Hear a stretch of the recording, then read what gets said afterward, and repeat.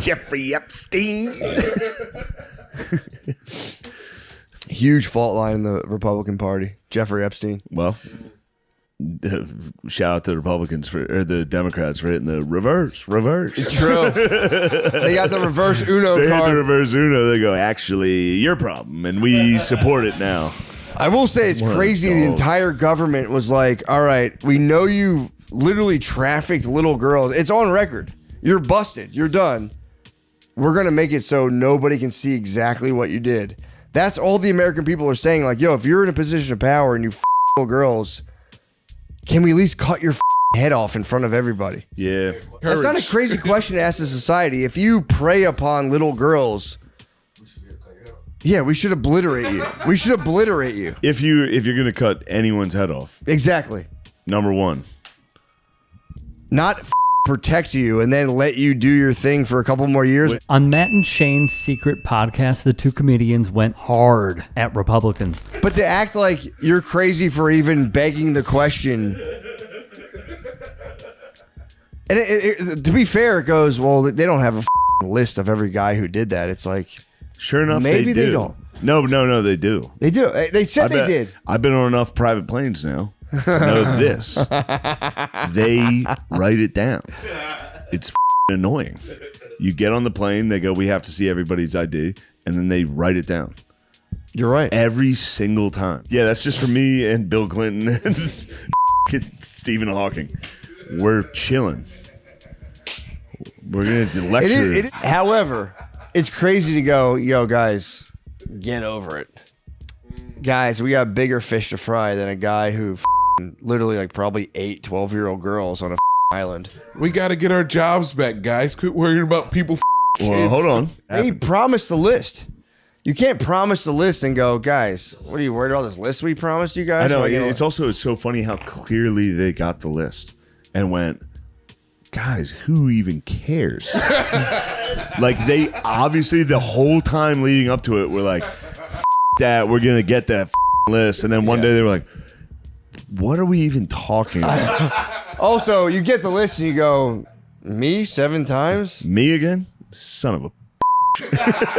Clearly, they know what's up, as do we. Have you ever socialized with Donald Trump in the presence of females under the age of 18? Though I'd like to answer that question, at least today, I'm going to have to assert my 5th, 6th, and 14th Amendment rights, sir. So there are 5 people taking the 5th Amendment, like you see on the mob, right?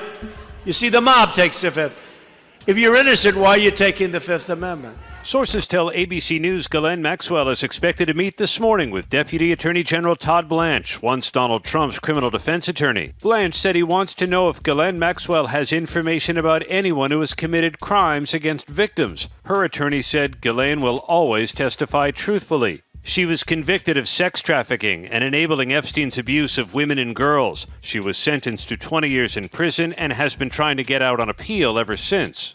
Trump supporters have been clamoring for the release of more information about Epstein, but earlier this month, Attorney General Pam Bondi said she was turning off the spigot. The Wall Street Journal reports Bondi and Blanche informed the president in May his name appears multiple times in the Epstein files. The paper reports they told Trump they did not plan to release them because they contained child pornography and personal information about victims. Trump deferred to their decision.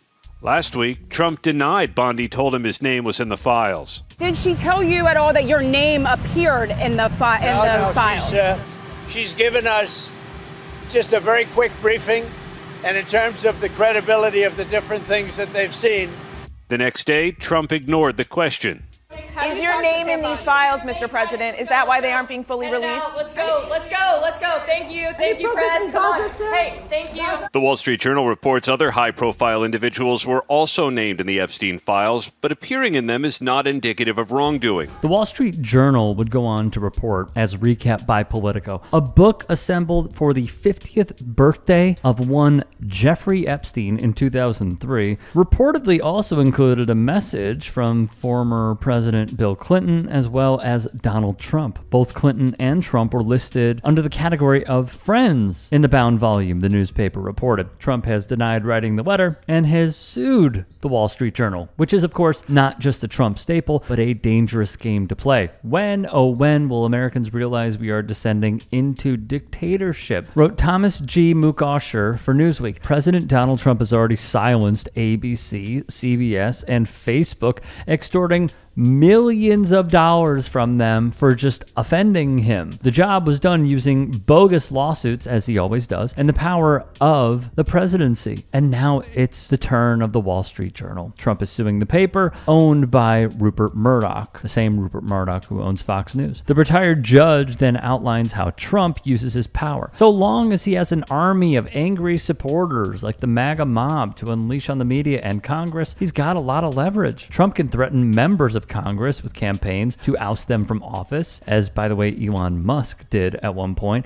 Trump can threaten the media by denying them things they need from the government, like banning the Associated Press, for example. Some of them, like PBS, get money. Trump has now punished it by cutting its funding. Others need permission to do things. That's how Trump got at CBS, holding FCC approval of a license transfer over its head until it coughed up $16 million. CBS even sweetened it by conveniently timing the cancellation of the most popular program, The Late Show with Stephen Colbert. It's been rather interesting to see how Shane Gillis addresses certain topics because it's felt rather cryptic what his politics are. He'll go on his podcast, Matt and Shane, and say, I'm back on my lib stuff. And then he'll show some sort of affinity for Trumpism, and then he'll go back and rip Trump at the ESPYs, rip Pharma Bro Martin Shkreli on Dave Smith's show as well, which was phenomenal. Check that out on demand. But I think the most important point here, guys, is rather simple. Do not let them get away with what they are trying to do in protecting potential pedophiles in Congress. Don't do it. This is all that we should be talking about. Because we know, if anybody who has followed this case for years understands, who is in it, who is probably in it, the acts that they have committed. This has the potential to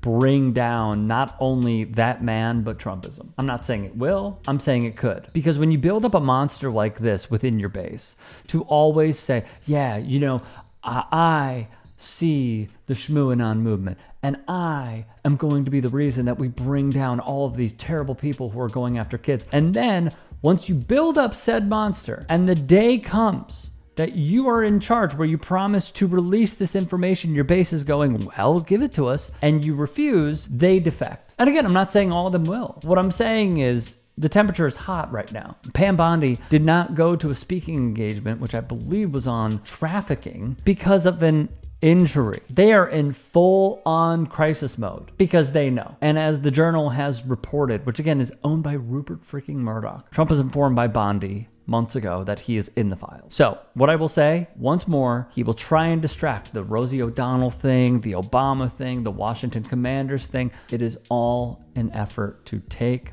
away our attention. Don't let it. Hey, I appreciate you watching. Now, if you can, please do become a channel member by going to youtube.com/TYT Sports and clicking the join button. If that's too much for you, you can just go to tyt.com/join to become a member. It helps all of us out here at the Young Turks and keeps our network afloat. In addition, you could follow me on my socials on Twitter, Instagram, and TikTok. Appreciate the love. Have a great day.